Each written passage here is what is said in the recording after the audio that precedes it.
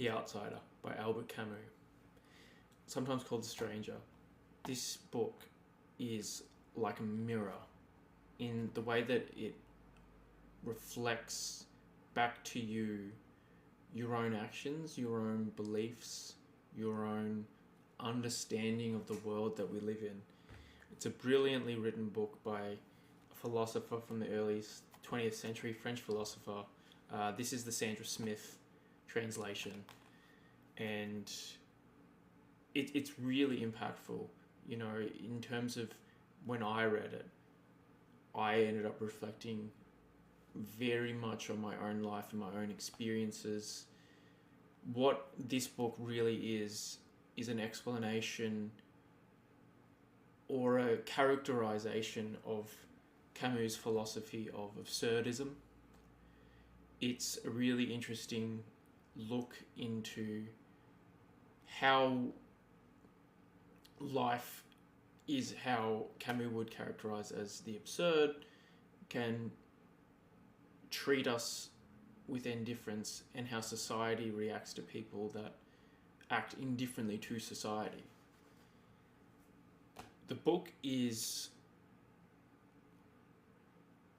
What happens in the book is it takes place in French Algeria. The main character, Meursault, his mother dies at the very beginning of the book. It's literally in the first line of the book. It says, "My mama died today, or maybe yesterday, I don't know. I received a telegram from the old people's home. Mother deceased, funeral tomorrow, very sincerely yours." That doesn't mean anything.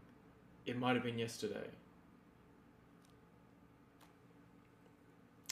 That's so much to the point in Albert Camus' prose in this book. It's so matter of fact. It's so deadpan, not in the humorous sense, but sometimes it can be so striking with its bluntness that it for me, it came across a little bit humorous at times. But it makes it so much more interesting because the main character, Meursault, doesn't behave how you would expect him to behave. And I guess maybe if I could sort of explain, he goes to the funeral of his mother, and then there's the caretaker there, the funeral home owner, other residents are there. His mother had a late-in life love interest, fiancé, who is distraught, and he attends the funeral procession, and everyone is confused by Meursault's lack of emotions in the funeral, in the procession, in the lead up to it. He just smokes and drinks his coffee in very French style. It reflects a mirror immediately on how we perceive grief in our life and how we expect people to grieve, especially for their mother. And then you question, when someone doesn't exhibit this, that there's a story behind this. There must be some kind of traumatic event, but we find out that there's nothing of the sort. He just doesn't really express the grief that we expect someone to exhibit. And then the story continues. He has a love interest, Marie. He goes on several dates with her. He has a friend, Raymond. Raymond is a violent criminal in a lot of respects. Meursault is indifferent to his behaviour and even enables him, going so far as to vouch for him at the police station. Marie is enamoured with him, says that she loves him, wants to get married. Meursault takes it as this is just what has to happen. He doesn't necessarily feel love or believe in the necessity, but continues the charade because he wants to keep seeing Marie. And even though he does have this infatuation, he's not able to necessarily exhibit perhaps the love that she's looking for, he certainly is able to continue what is necessary to maintain that relationship insofar that it benefits him. Finally, and which takes up the last part of the book. There's two parts to this book. He goes to lunch with Raymond. He meets some other people. They go on the beach, and they're on the beach, and Raymond, his friend, gets in an altercation with an Arab. They're just called Arabs in this book. It's obviously written in colonial times. They don't have a name, but this Arab that Raymond has a previous history with, he gets into a fight. Raymond produces a gun. Merceau is able to calm him down, talk him out of it, walk him back. Merceau then returns by himself on his own volition, and he walks up to the Arab, and purely by accident, the knife that the Arab is holding flashes in his eyes, and he's unable to see. Out of human instinct, he fires, and then he fires again, and he kills the Arab. And then what precedes that event is his indifference to murdering someone, but also the trial and the eventual execution of Merceau. And we go through the whole process with him. How his indifference to the court process is played out by the prosecution. His indifference to his mother's death is played out by the prosecution.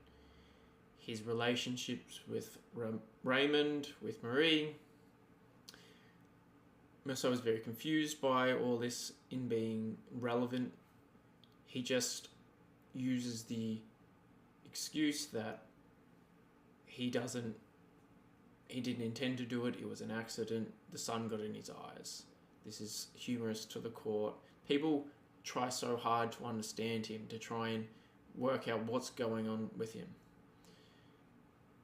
What's interesting about this book as well, because it's in France, it's got a civil legal system different to the English common law system. I practice law in Australia. The judge or the magistrate in this matter is able to ask questions and to prod, and the way that the trial was handled was very different to how it would have been held in Australian society or English society or American society. So I found that, from my personal perspective, very interesting. Normally the magistrate it just has to be an impartial umpire. There's no prodding or interviewing of the witnesses or the accused. The book then continues to Merceau now being found guilty, and he has to sit out the appeal process. A church priest comes to speak with him and tries to forcefully or slowly pry out his humanity that everyone else seems to be looking for. Merceau rejects the priest's attempts to force this, what he sees as pretending or partaking in a charade of false grief or emotions. He's not playing by the playbook that we as a society have come to expect people to behave, but there's nothing really in his behavior that is horrific. It's cold indifference, which is the summary of how the whole book ties up. Eventually he goes to the guillotine, he's executed, but he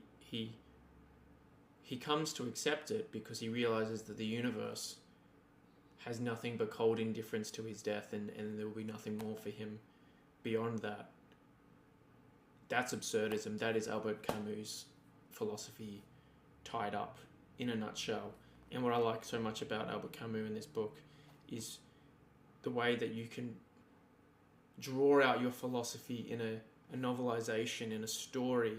It's a lot easier to read philosophy when it's in a novel form, in fiction, not in I personally find it quite dry non-fiction philosophy text.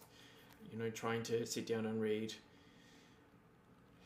anything philosophical that's in the non-fiction essay form can be quite challenging. What this book is, what I mean by it's a mirror, I can even reflect in my own life how this absurdism plays out. I've been to funerals and I've had tragic events happen to me, and I've even been kind of surprised at sometimes that I don't feel the way that I am expected to, or the way that other people are expected to of me.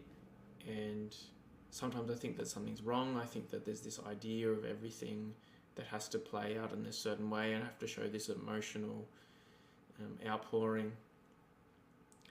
And sometimes I do, but I guess more to my point is it's interesting how society has an expectation of you to do things in a very rigid sort of way, and when you don't particularly fit what they expect of you, it's quite disarming for people. And Merceau is disarming to pretty much everybody in this book. It's very poignant in the way that it depicts society and how hypocritical it can be at times. I think that when we consider how Merceau is so blunt and so straightforward and straight to the point with everything that he believes in and thinks,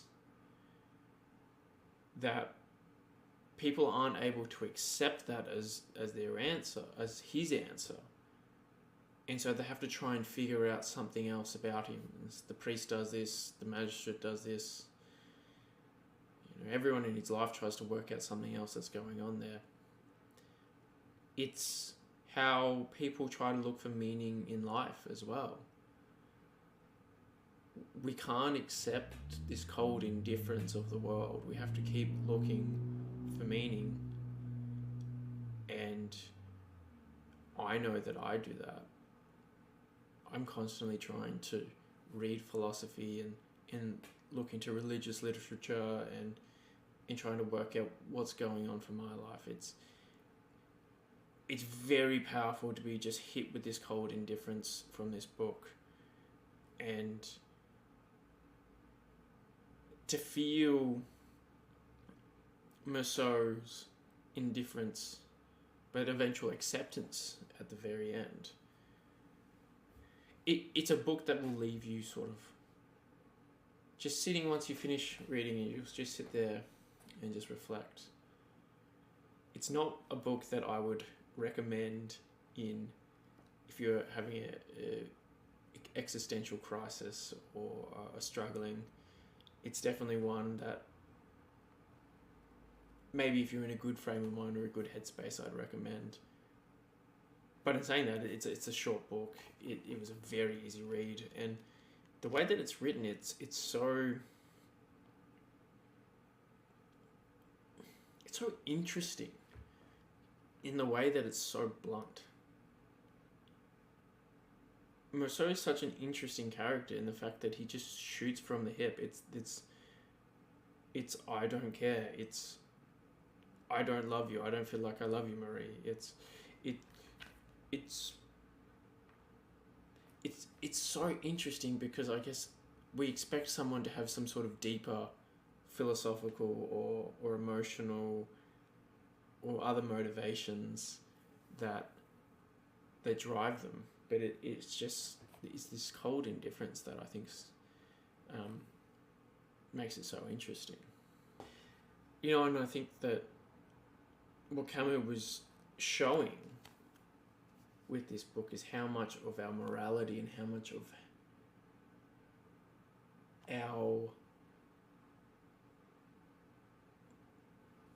our ethics or even our emotions are performative. We put on a show because we think that's what we have to do. It's conformity to a T. And I think that this book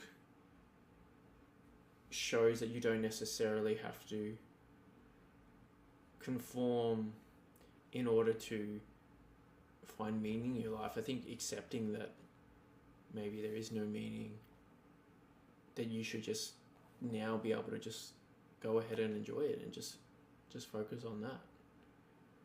There's no other necessity to be performing out some sort of other play for other people. It's your play and you can perform it how you wish.